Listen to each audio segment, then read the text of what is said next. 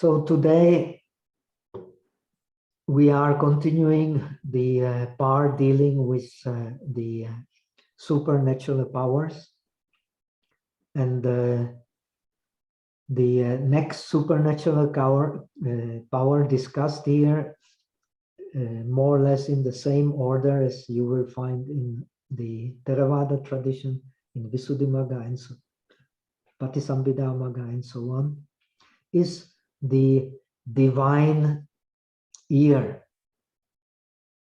Now, we have explained and emphasized that this part dealing with the supernatural powers is purely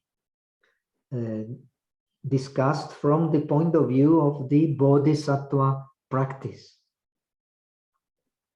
The bodhisattva, to be a real bodhisattva, that means to be able to benefit many sentient beings and not differentiate between himself and others, because as far as the highest reality is concerned, it is characterized by sameness, samatha, while the conventional reality is always based on differences. So the supernatural powers are also dealt from the point of view of the Paramartha Siddhanta. You may, if you read the Nagarjuna's commentary to the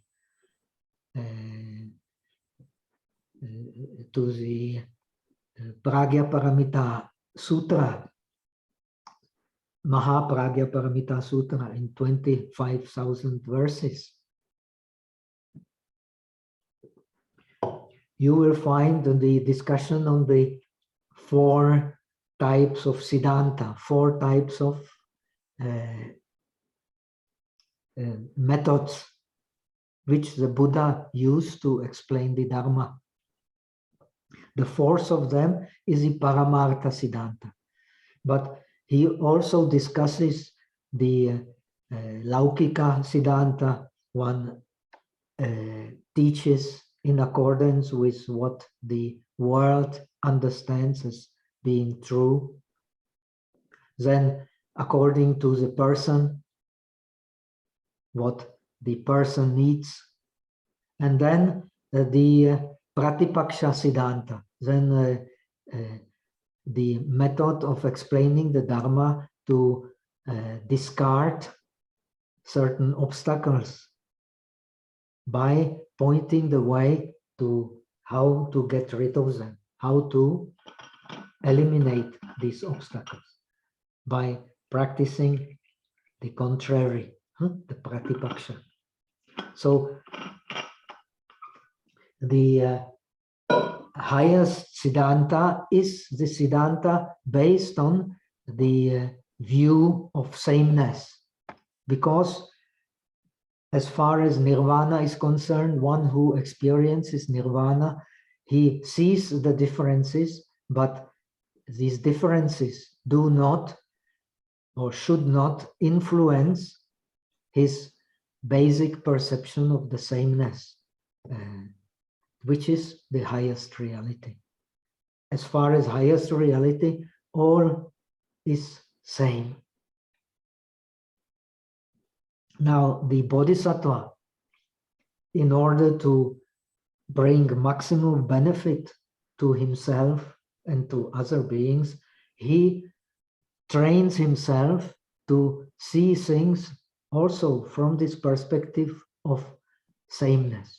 It does not mean that he is ignorant of the differences, but he sees them on the basis of the sameness. This is very important to understand. This is what makes Mahayana, this idea of seeing things from the point of view of the Paramartha Siddhanta, of seeing things from the highest point of view. highest point of view is the view realized by the enlightened person, by a Buddha. Now, when you read the literature of the disciples, you will find that the Paramartha Siddhartha consists of seeing things in terms of the different realities. The reality of the Chitta, reality of the Chaita, reality of the Rupa, the reality of Nirvana. All these are realities. Now, as far as the Mahayana practice is concerned, so the true reality, as we have emphasized before, is actually only one. This is the Paramartha Siddhanta. And to explain the reality from the point of view of this Paramartha Siddhanta is the method, the transcendental wisdom sutras, Pragya Paramita sutras, introduce. So it means this Paramartha Siddhanta from the point of view of the Mahayana sutras, from the point of view of transcendental wisdom sutras, even the disciples, the Pratyeka Buddhas or the Bodhisattvas, same, no difference. They need the Paramartha Siddhanta to attain the liberation. This is very important to understand. So now let us come to the text itself. So the method, as you may have noticed, you will find in all supernatural powers, you will find the same idea. Ideally, you attain the fourth dhyana and you work in such a way that you remain in the state of one-pointedness of mind. When you study the, for example, Yogacara Bhumi Shastra and the practice of the Samatha as explained in the Mahayana tradition, in the Chinese or Tibetan tradition, you will find that the emphasis is not on the practice of the dhyanas, but the emphasis is on the continuity of the one-pointedness of mind. In our level, we have mentioned many times, in our level of dhyana, being ordinary practitioners, unless we are especially talented. So even in the state of dhyana, we will have the kind of mind changing. This is very difficult to avoid unless one is a complete master of the yoga, and in which case the thinking and the differentiation of objects can cease even for a long, long time. According to the theory of Theravada, up to 7 days. Especially talented disciples like Revata, they could maintain this state of perfect dhyana even for 7 days. But the Mahayana training is not so much in entering the dhyana, but in preserving the samadhi. We have also said there is samadhi of shamatha and there is samadhi of vipassana. The samadhi of vipassana also needs a one-pointed mind. But in samadhi of vipassana, the mind can change.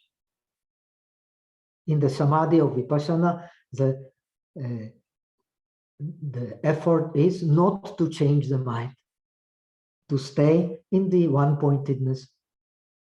Now, the I think we have mentioned in the scriptures of the bodhisattvas, this training is the so-called training in the 9 stages of mind in the shamatha, which ends in state of samadhi, which is kind of a habit of one-pointedness of mind.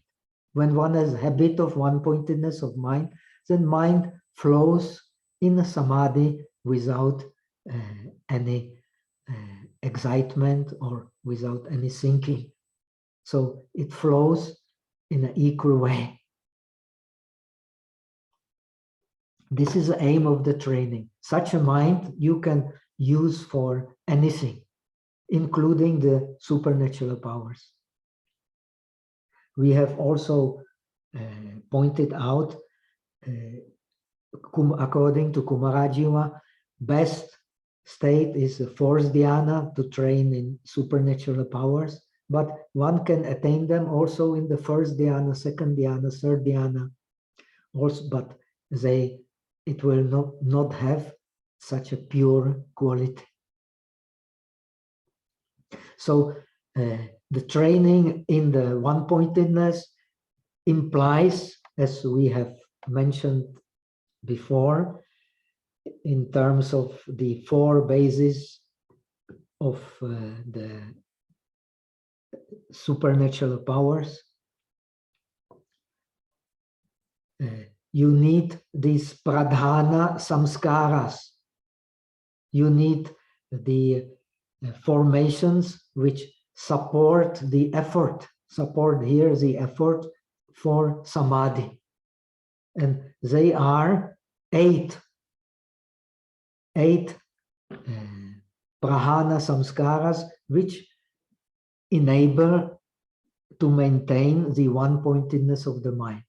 They are very well enumerated in many scriptures, starting with the Yogacara Bhumi Shastra. First you need Shraddha, faith, then you need Chanda, enthusiasm, then you need Vyayama, you need continuous practice, then you will get Prashrabdhi, clarity, and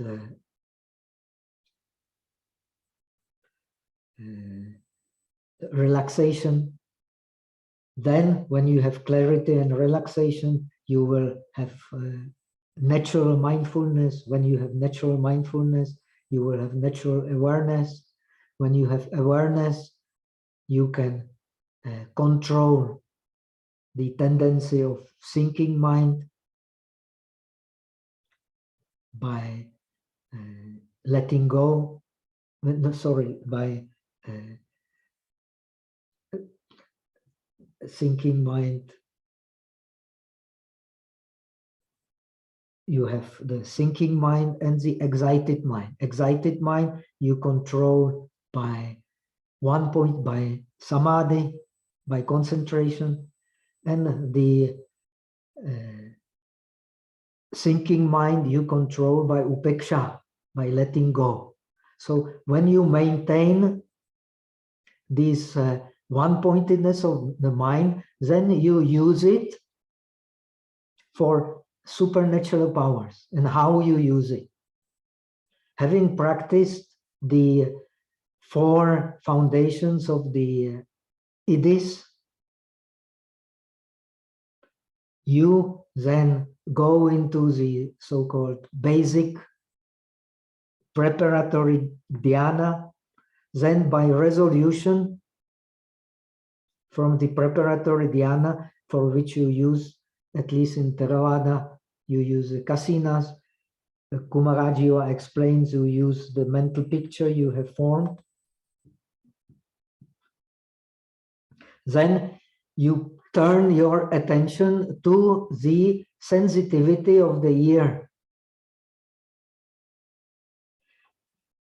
Then, as Visuddhimagga explains, you go from gross to the subtle. When you, in the state of dhyana, when you turn your attention to the sensitivity of the ear, then you will be able to hear more and more subtle sounds because you are concentrated on the sound. Just like suppose you throw a stone into the water, then in the beginning you will see a big circles around the stone which sinks into the water. When you follow with attention these big circles, they go further and further and further and further until, if you well concentrated and attentive, you can see even a very subtle vibrations of the water based on this impact of the stone. Similarly, you work with the divine ear. You go into the dhyana using some kasina, preparatory dhyana, then by determination, you use it at the sensitivity of the ear, and you can go into more and more subtle sounds, hearing the sounds which are normally not perceptible to a non-trained ear. So this basic information you will find in all scriptures dealing with the supernatural powers, especially with here we are dealing with the supernatural power of the divine ear. What is most interesting in the scripture, he connects this supernatural power of hearing, of the divine ear, which is based on the pasada rupa, on the sensitivity of the ear, belonging to the divine spheres. The divine beings, because their sensitivities in the body are much more than sensitivities of the bodies in us humans, including the sensitivity of the ear, sensitivity of the eye, and so on, and sensitivity of the body itself. That's why the more sensitive the sensitivities of the five senses, the more one can enjoy. This is very important to understand. When the object of enjoyment is gross, the enjoyment will be also gross. When the object of enjoyment is subtle, the enjoyment will be also subtle. So similarly, when we have a subtle ear, we can enjoy more the subtleness of the music. When we don't have the subtle ear, we will not be able to do that. Now, this supernatural power of the divine ear develops this sensitivity or sensitivity of the ear belonging to the rupa dhatu, belonging to the sphere of subtle form, to the maximum. And when it is developed to the maximum, the text says that one can hear the voices of the Buddhas in the 10 directions. He will listen to the teachings of the Buddhas without grasping any sign. Here we come. Kumarajiva is the translator of the Transcendental Wisdom Sutra, of the Nagarjuna's commentary to the Transcendental Wisdom Sutra. He is using this knowledge here also. And he is also translator of the Amitabha Sutra. He is also translator of Vimalakirti Sutra, among others. Many informations that you will find in Vimalakirti, you will find also here, which is very interesting indeed. So he develops this supreme sensitivity by not grasping. Because when we grasp, we are, so to say, losing the sensitivity. By non-grasping, we are developing the non-sensitivity. Therefore, the sensitivity. Therefore, the Transcendental Wisdom Sutra speak that no jnana, no prapti, na jnanam, na prapti, na aprapti. You have no prapti, you do not get hold of, you do not grasp, but at the same time you grasp everything. That is a paradox. By non-grasping, one grasps everything. How does one grasp everything? By not knowing. The Transcendental Sutras explain very clearly, you not knowing, not grasping, you know everything. Not knowing, no grasping, you know everything. So, knowing everything, you can match with the dimensions of the Buddhas. The dimensions of the Buddhas are unlimited. And the one of the main theses of the Transcendental Wisdom Sutras is that this unlimited dimensions, they are the dimensions of purity. They are the dimensions of emptiness.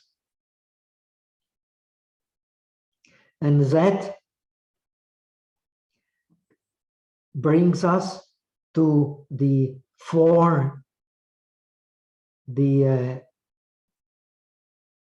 Kumarajiva in his wisdom, he connects the art of not knowing and not grasping with the philosophy of the so-called Chattvari Pratisaranani. We can translate as 4 refuges. One who wants to practice Dharma in a deep way on the base of the Paramartha Siddhanta, according to the, as we have said, to the Transcendental Wisdom Sutra, to practice Dharma in a deep way, no matter whether one is a Shravaka or Bodhisattva or Pratyeka Buddha. To practice Dharma in a deep way means to practice Dharma on the base of the 4 pratisaranas, 4 refuges. Due to the 4 refuges, we can understand Dharma in a deep way. In what way? In a way which brings us in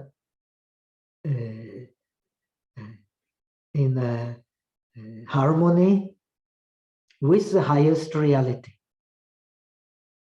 According to what I have read, these Chattvari Pratisaranani, the 4 refuges, they are connected with the 4 conditions for attaining the Shrotapana stage.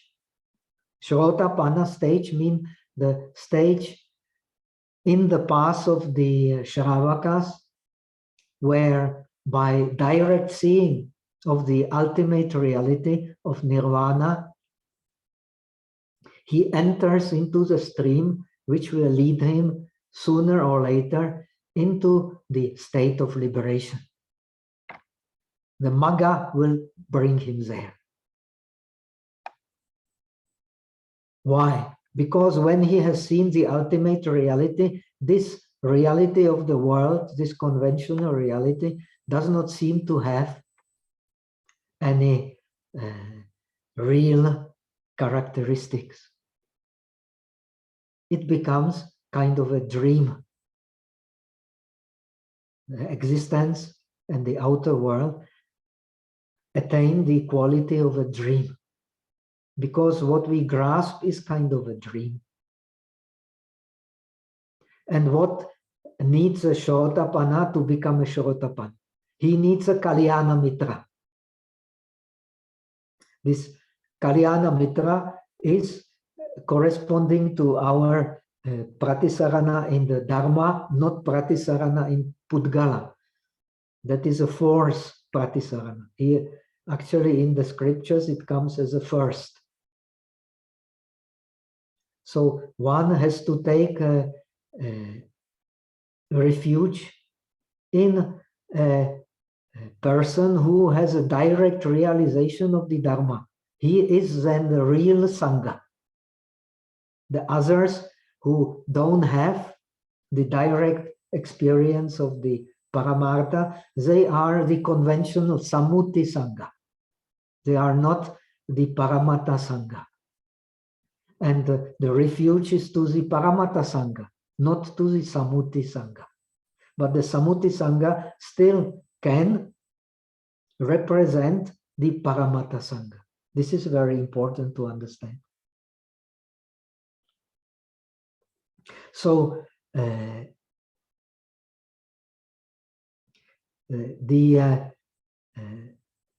in order to become a Sotapanna, one needs a Kalyana Mitra. One needs someone who can clearly point the way how to go beyond the worldly understanding. But the worldly understanding is still the key to the supramundane understanding. Otherwise, it's not the Buddhist teachings. Yet, without the supramundane understanding, the worldly understanding cannot bring us by itself to the direct experience. This is very important to understand. Then one needs Kalyana Mitra, one needs Yonisho Manasikara, one needs a proper attention to that which is really there. That means in the Theravada tradition to the Jnata Pariññā, to the things which are really there, not to the persons. They are really there, but really there actually in a relative sense, because all this is in impermanence. The senses are impermanent, the aggregates are impermanent. Therefore, they are the way to the highest reality, but they cannot be the highest reality.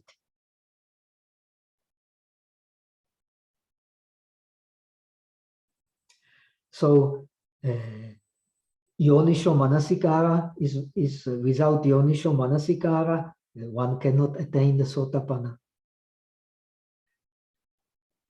This is very important to understand.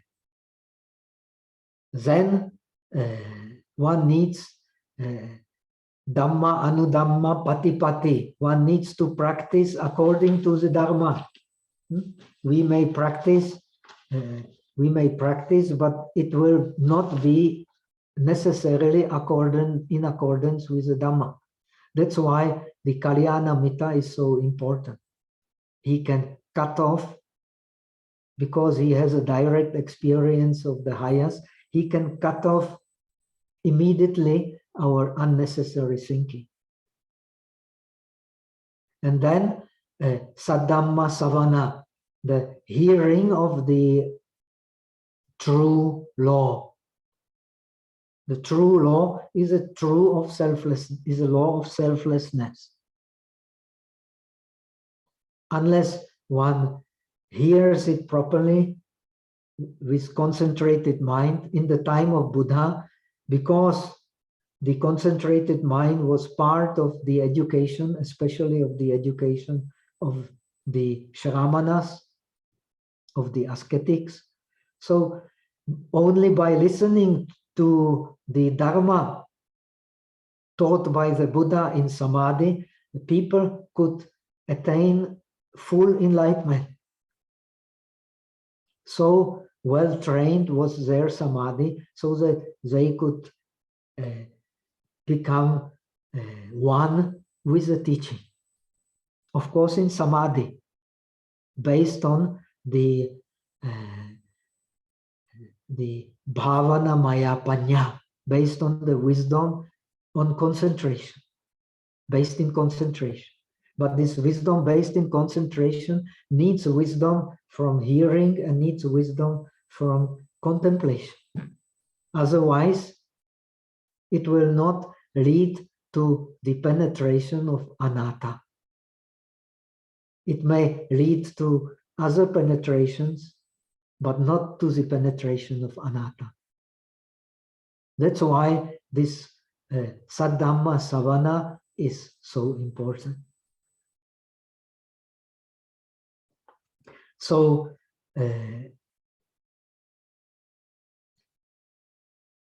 according to this text, the first pratisarana, the first refuge, should be in a deep meaning, not in a language or not in names. Sometimes it is translated as to language. Sometimes it is translated as to words. In case of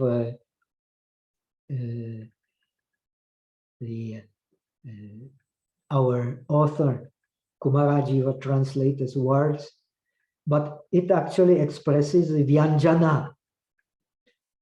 That means the refuge should be in artha. Here means a deep artha, the deep meaning, not in the vyanjana, not in what can be expressed by words that we can translate as vyanjana. What can be expressed by syllables, what can be expressed by written symbols. All this cannot express the deep meaning. It can lead to the deep meaning, but it can never express the deep meaning. This is very important to understand. So these Chatvari Pratisaranas, which are used in the Mahayana tradition, they are based basically on these 4 conditions of becoming a Sotapanna. Becoming a Sotapanna means having experience of pure mind, Anashrava Chitta. Anashrava Chitta condition is that its object is beyond transcending ashravas, transcending the inflow and outflow of impurities. And that object can only be nirvana, because nirvana is an object you cannot grasp. Therefore, it can only be achieved by samadhi of emptiness, samadhi of signlessness, samadhi of desirelessness. And these 3 aspects, they are actually one aspect of aprapti. This aprapti is anabhilapya.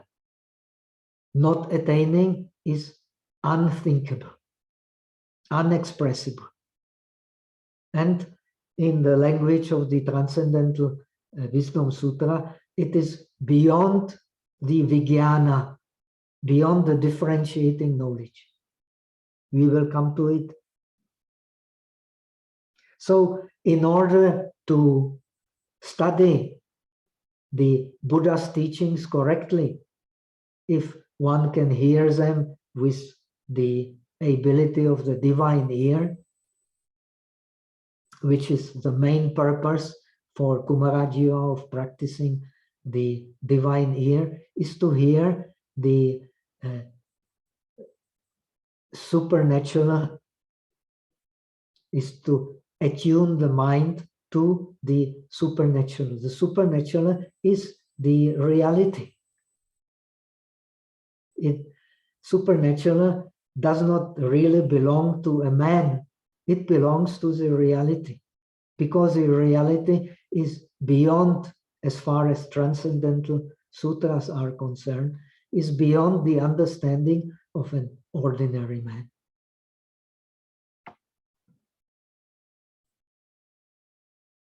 So next comes, it is also in the order as it is mentioned in the other sutras like Vimalakirti Nirdesha Sutra.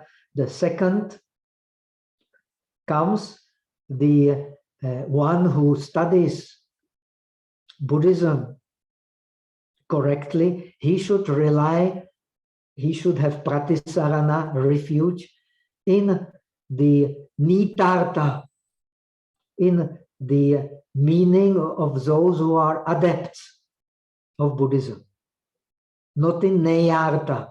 Neyartha is for those who are not adepts in Buddhism, but who are being led to the direct experience of the reality beyond ordinary differentiation. So these sutras, which express the highest reality, they are the real sutras, according to the Kumarajiva's idea. If we understand like this, in a bodhisattva way, from the point of view of Paramartha Siddhanta, not from the point of view of Laukika Siddhanta, then one should understand all sutras being the nitartha. Because all sutras, their true meaning is actually the emptiness. This is the only one ultimate meaning.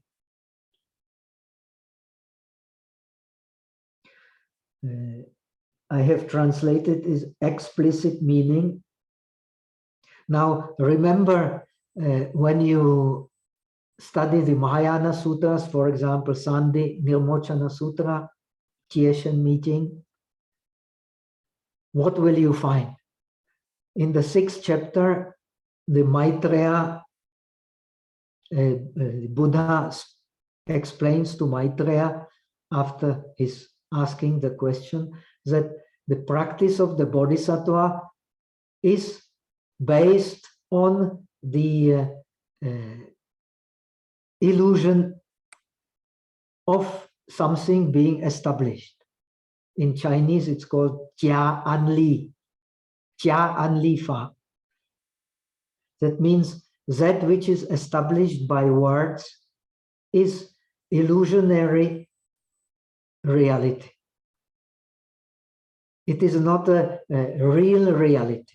You cannot trust in words to communicate the real deep meaning of the ultimate reality. The words, they cannot express, by definition, they cannot express the ultimate reality because they have not this ability to penetrate the deep meaning of the ultimate reality. So basically, we are in philosophy, we are arguing about the concepts. We are not arguing about the reality. This is very important to understand. When we understand that, then as Kumarajiva points out, all sutras will become with explicit meaning, because all sutras, they only speak about words. And they cannot express the real characteristic of the ultimate reality, called the Shixiang, the real characteristic. The real characteristic is emptiness of everything that can be grasped. It does not mean that emptiness is something, but the emptiness means the emptiness of something which can be grasped. This is very important to understand. That brings us to the deep meaning. The skillful means of understanding the ultimate wisdom is the aprapti, not attaining.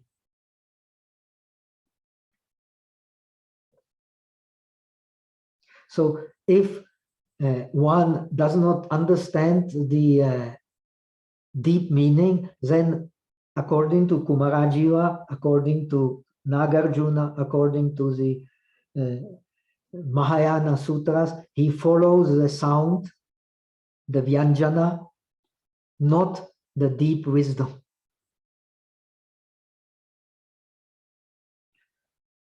So actually, when you think about the sound, how does the sound arise?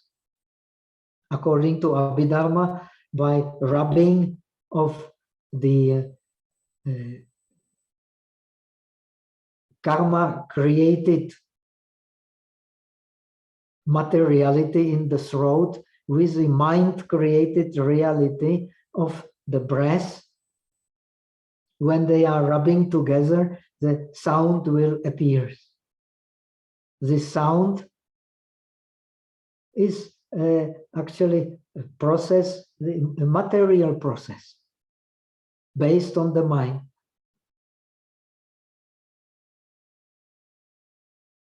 So this process is not enough to bring the deep meaning of the highest reality. It cannot do so. But the samadhi on this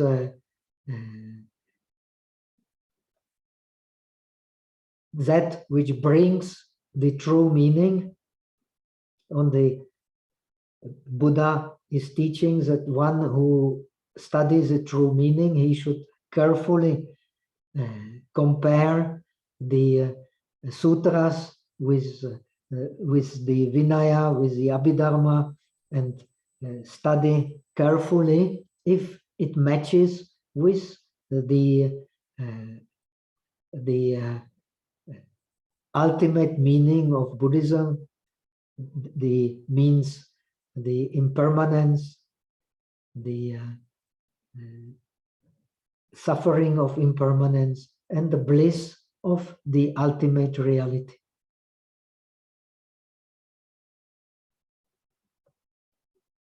So we come further to the third pratisarana, the third refuge. The meditator should rely on wisdom, not on differentiating consciousness, on jnana, not on vijnana. Jnana means knowledge. From the same root gya, as in English, knowledge. Knowledge here means the nirvikalpa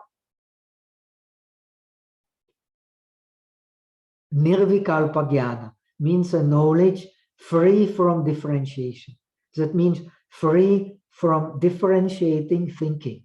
Free from differentiating thinking means knowledge not based on differentiating mind, not based on mind which orients itself on differentiation, opposing, discriminating. Such a mind is not in accordance with the ultimate reality, which is always sameness. Ultimate reality is sameness. In the sameness, one sees the differences. That is the Paramartha Siddhanta. That is the method from the point of view of the ultimate reality. This is the teaching of the Mahayana. So the ultimate reality is to gauge the differences. These differences, they do not, does not mean that they do not exist. They exist, but in the relative reality, not in the absolute reality. So the that consciousness which discriminates we need this discriminating consciousness, savikalpa jnana. It is very important, but that cannot directly touch the highest reality. The directly touch highest reality, it can be done only in a state of samadhi. Unless samadhi is there, the reality, our understanding of ultimate reality will be based on differentiating. And the ultimate reality is ultimate reality precisely because it is sameness. And this sameness is, as far as Buddhism is concerned, it is the original state of the mind.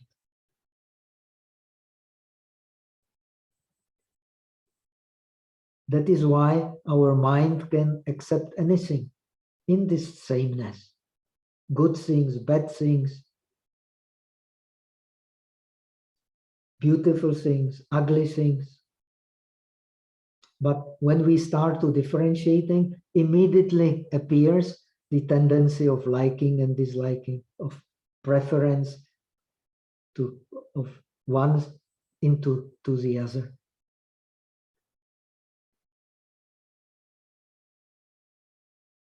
So the vikalpa is very useful for understanding the reality, but it cannot embrace the reality.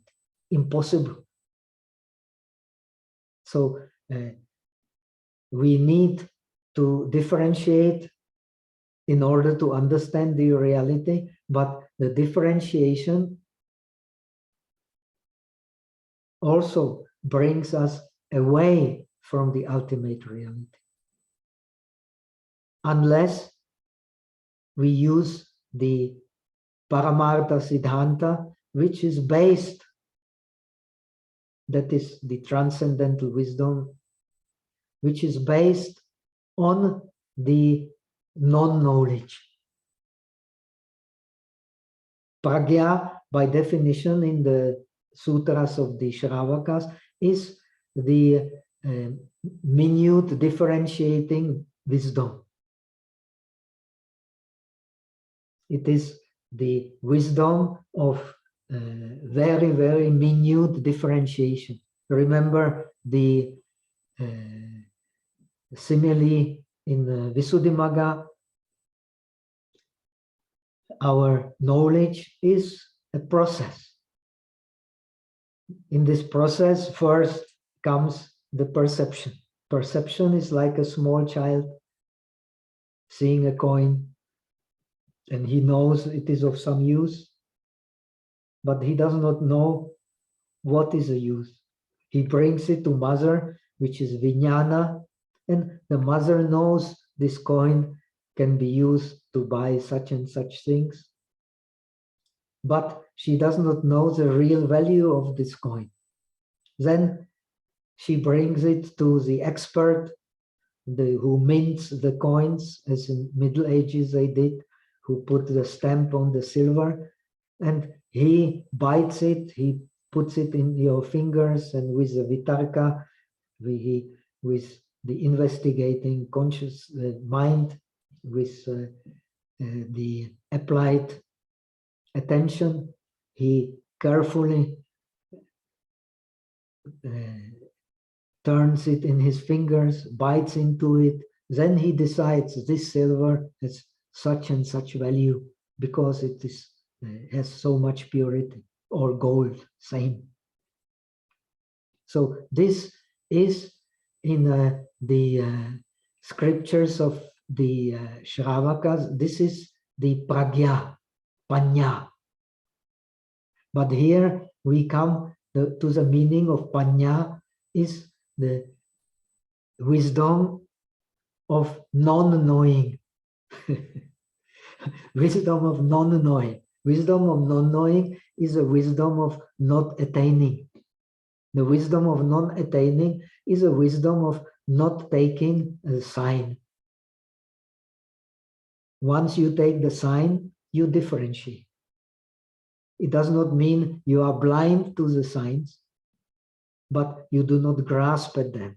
Not grasping the sign is the transcendental wisdom.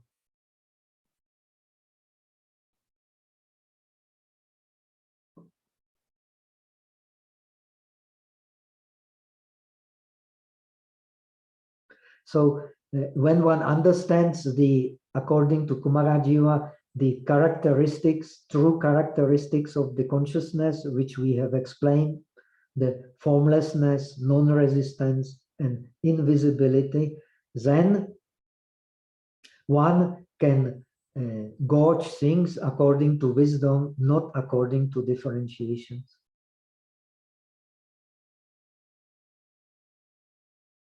Then we come to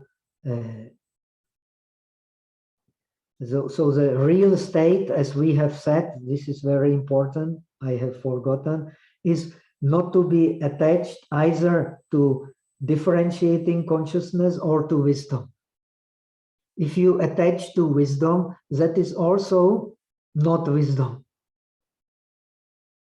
The real wisdom is wisdom because you cannot be attached to it.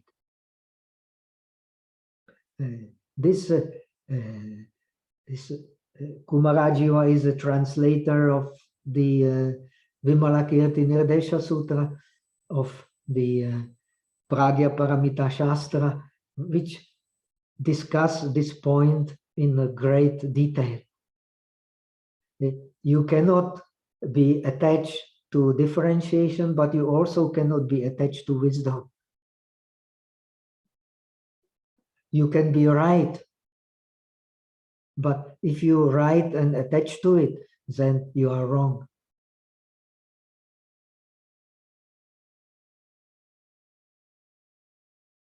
Furthermore, the meditator should rely on the Dharma, not on the person. So this, normally, when you read the Yogacara Bhumi Shastra, when you read the Vimalakirti Nirdesha Sutra, this pratisarana comes first. This is the first pratisarana. Here it comes in the end. So one should rely on the Dharma.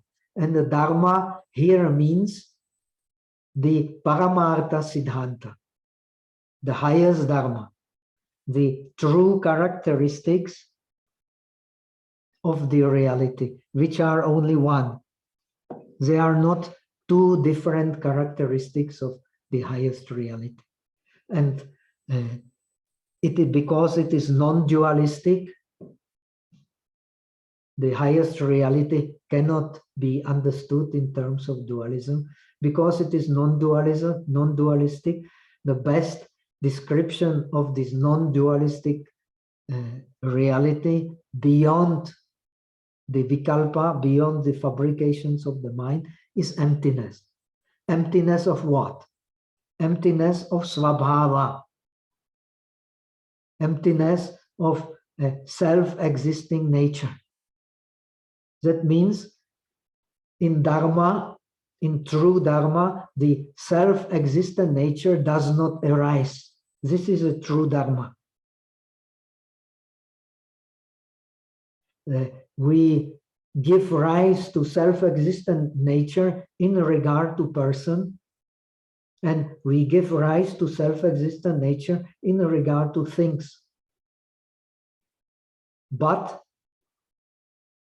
the real Dharma is free from self-existent nature. If we apply self-existent nature to reality inside and outside, we are, so to say, leaving the nirvikalpa jnana, leaving the wisdom based on non-attainment, based on non-sign, and we are in the abhuta parikalpa, using the Yogacara term for dualistic reality. Abhuta parikalpa means the fabrication of duality. The fabrication of duality is not Dharma. And the fabrication of duality is based on the imposition, samaropa, of self on persons and on things. So Kumarajiva explains that which is called the Dharma is the nature of all phenomena, and the nature of all the phenomena is unborn nature. Why? Because all the phenomena, they don't have self-existence. If we impose self-existence on them, we are actually adding something to the reality which is not there. And because of this adding of something to reality which is not there, we are, so to say, fabricating reality.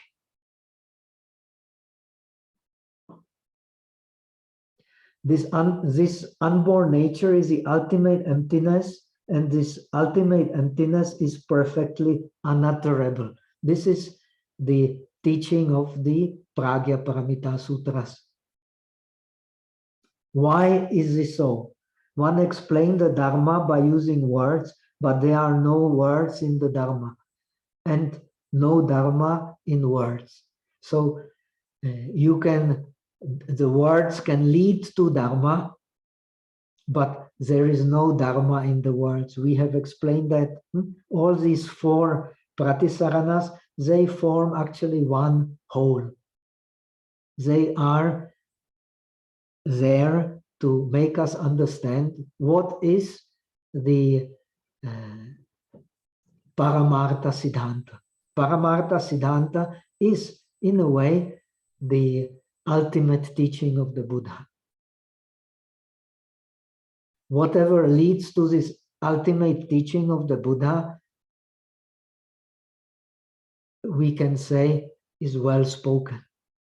Yat subhashitam tam Buddha bhashitam. So that gives great space for tolerance. And the tolerance, or endurance, the Buddha explains as there is the highest Kantya bio navijati. There is nothing higher than the endurance, the tolerance of, meaning here the tolerance of the Dharma. The ultimate tolerance is the tolerance of the Dharma. The tolerance of the Dharma is the state of tolerance of the Dharma. Is the state of the bodhisattva's attainment. Bodhisattva's attainment is explained as anutpatti kshanti, the tolerance of the unerosion state of self-existing nature. This is the realization of the bodhisattva. Due to this realization, he becomes a real bodhisattva. Otherwise, he is just preparing for the becoming a bodhisattva. Becoming a bodhisattva is also a bodhisattva, but not based on the ultimate reality, not based on the Paramartha Siddhanta, not based on the method of seeing a reality from the point of view of the highest. And the highest is always non-dual and always one.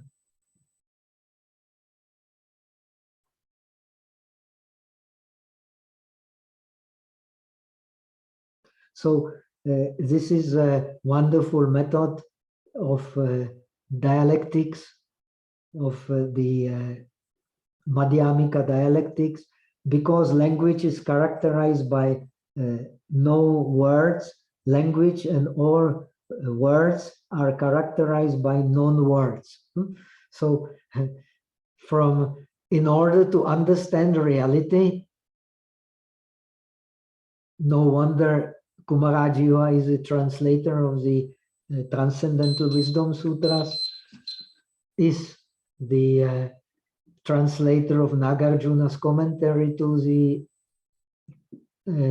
Transcendental Wisdom Sutra, Tajatalun, Pragya Paramita Shastra.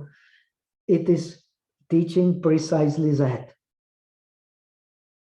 In order to understand the words, you have to deny words. In order to understand reality, you have to deny reality. You have to deny reality based on abhuta parikalpa, based on dualism.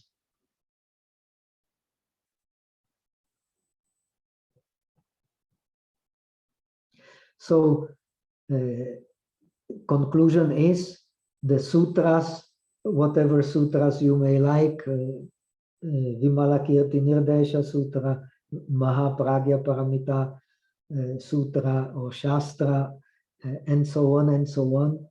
So all, according to this principle, all the sutras explain the teachings of the Buddha as non-manifested and unutterable. Also, all teachings of the Zen are based on this. The Lankavatara Sutra exactly emphasizes this need for direct realization. So duality is not, according to Kumarajiva, is not the Buddha's teaching.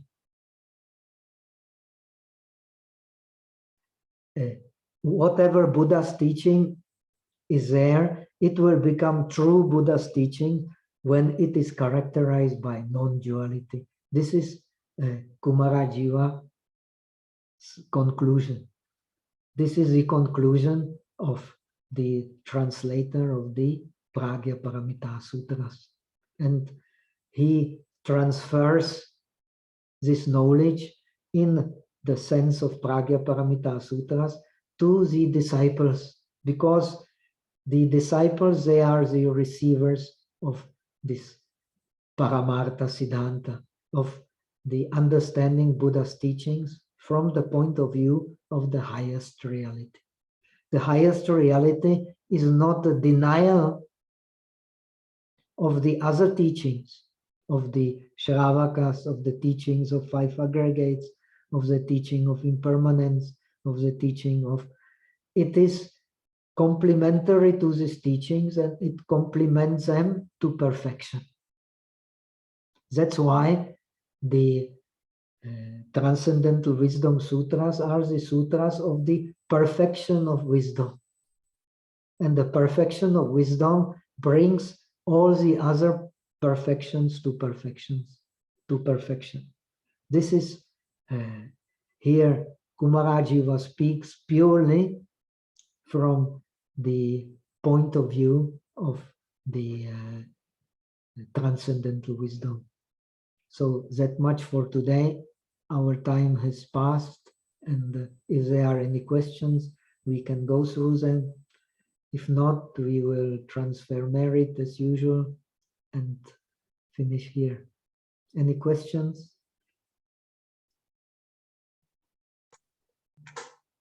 Namaste, Bhante. Supriya. Bhante, the sutras with the explicit meaning and the meaning which has to be drawn out. Normally, when we study, we are always drawing out the meaning. Yes, because with the tikas it does not mean that it is a mistake. We need neyartha, yes. But the true meaning of neyartha can only come when we understand the nitartha. This is the Kumarajiva's point. So otherwise, we will always argue. And this is a problem. Because the highest teaching is beyond argument. You cannot argue about the highest teaching. But still we have to argue. If we do not argue, nobody will listen to us and nobody will take interest in the Dharma. So we have to argue. Still the logic is very important, but it is still, it cannot express the deepest meaning.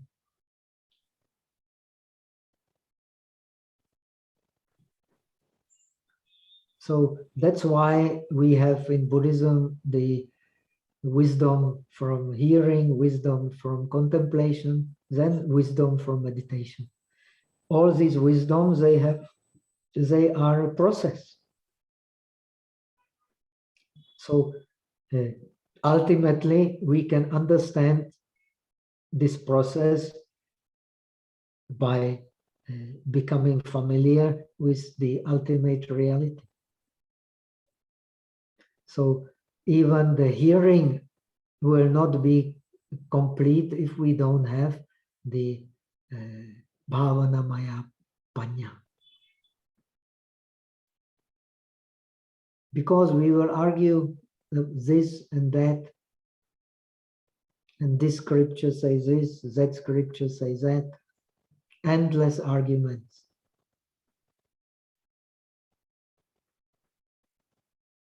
So,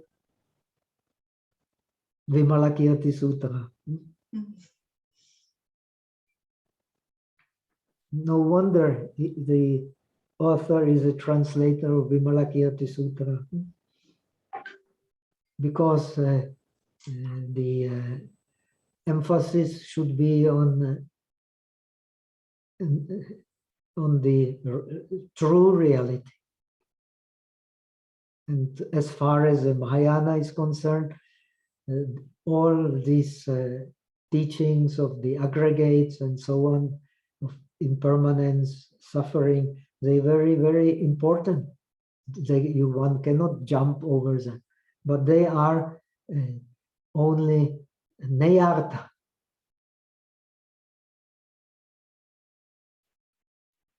They cannot be the nitartha. This is the Transcendental Wisdom Sutras. Now, in the Transcendental Wisdom Sutras, the wise Shariputra, who is also a receiver of this Transcendental Wisdom, says to Buddha, this is all fine, he agrees, but he says only this should not be taught, these teachings of ultimate highest reality of Paramartha Siddhanta should not be taught to the beginning bodhisattvas, says Shariputra, because they can easily misunderstand them. But they still have to be taught.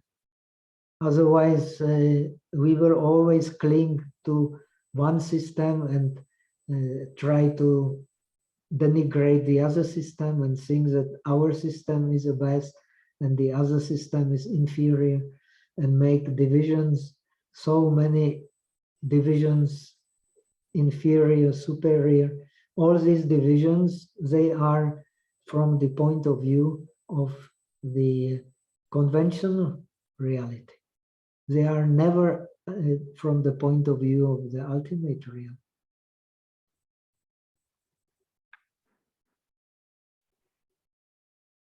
So you have, at least in Chinese Buddhism, so many different systems of explaining how these different levels of realities, they can be syncretized together.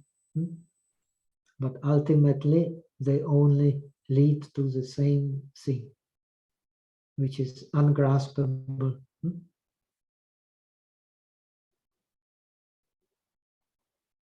It does not mean that our academic knowledge is for nothing.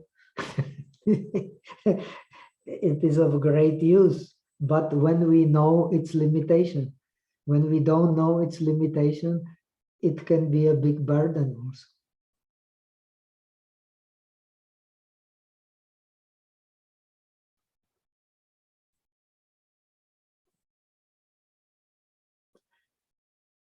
That is why we need to balance the differentiating wisdom with the faith. This is also explained in the Visuddhimagga. If you have too much with differentiating wisdom but no faith, you will become depressed. Everything is impermanence. Everything is dukkha. So these Pragya Paramita sutras, they are rooted in the wisdom. Wisdom of faith. Faith is very important. What we see is only fragment of reality.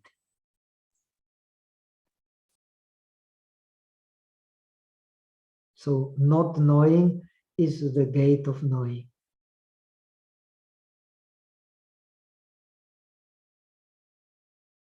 Okay? Yes, wonderful. Thank you, Bhante. Thank you. If anyone Okay. have question, they unmute themselves and ask question. Yeah, today very few people came, so I think we can leave it here. Okay, Bhante. You are at home, Supriya? Or Yes, Bhante. I'm at home. okay. I'm at home. So maybe later we can talk on the WhatsApp. Yeah. Okay. Okay. Are you can free call me today? when. Yes, Bhante. You can call me anytime. Okay. So let us do the transference of merit. Eta vata chame sampatam punya sampadam sabbe deva anumodantu sabha sampati siddhya. Eta vata chame sampatam punya sampadam sabbe bhuta anumodantu sabha sampati siddhya. Eta vata chame sampatam punya sampadam sabbe satta anumodantu sabha sampati siddhya. Aka satta chabumatha deva naga mahidika punyantang anumoditva chiramarakantu lokasasana. Aka satta chabumatha deva naga mahidika punyantang anumoditva chiramarakantu desana. Aka satta chabumatha deva naga mahidika punyantang anumoditva chiramarakantu tumantana. Devo vasatu kalena sasa sampati hotucha pito bhavatu lokocha raja bhavatu dhammiko. Sadhu, sadhu, sadhu. Bhante, can I make a request? Yes. Next Thursday is Diwali. Could we, postpone the Wednesday class, because in the evening, the previous day, there will be many things and many crackers. Yeah, and the thing all is, that. I am leaving on 28th. 28th of November. So we have 3 more classes. No, we have to finish within these 3 days. So I'm just. Can we looking at now? the- How many chapters are there left? We did the divine ear. So we No, have. so we have 3 more. That's precisely what we need. 3 more lectures. So. So if we cancel the next week, does it mean we are still having 3 more? Yes, we have the 10th and the 17th and the 24th. So it's okay, no problem. It's all right. So we just finish in the right time before Yes, I leave. it will be just perfect. So next week you can make announcement. There will be no class. I will email them today itself. And we start with the Parachita Jnana after 2 weeks. Yes, please. And have you been continuing this revision of the talks, you think? Yes, Bhante, I will send you 4 and 5. It takes time because Yeah, I of have course, to it listen takes to time. you and Now, do it very carefully. Chetso, she called me, she got a cold. She's Yes. resting, so she could not participate.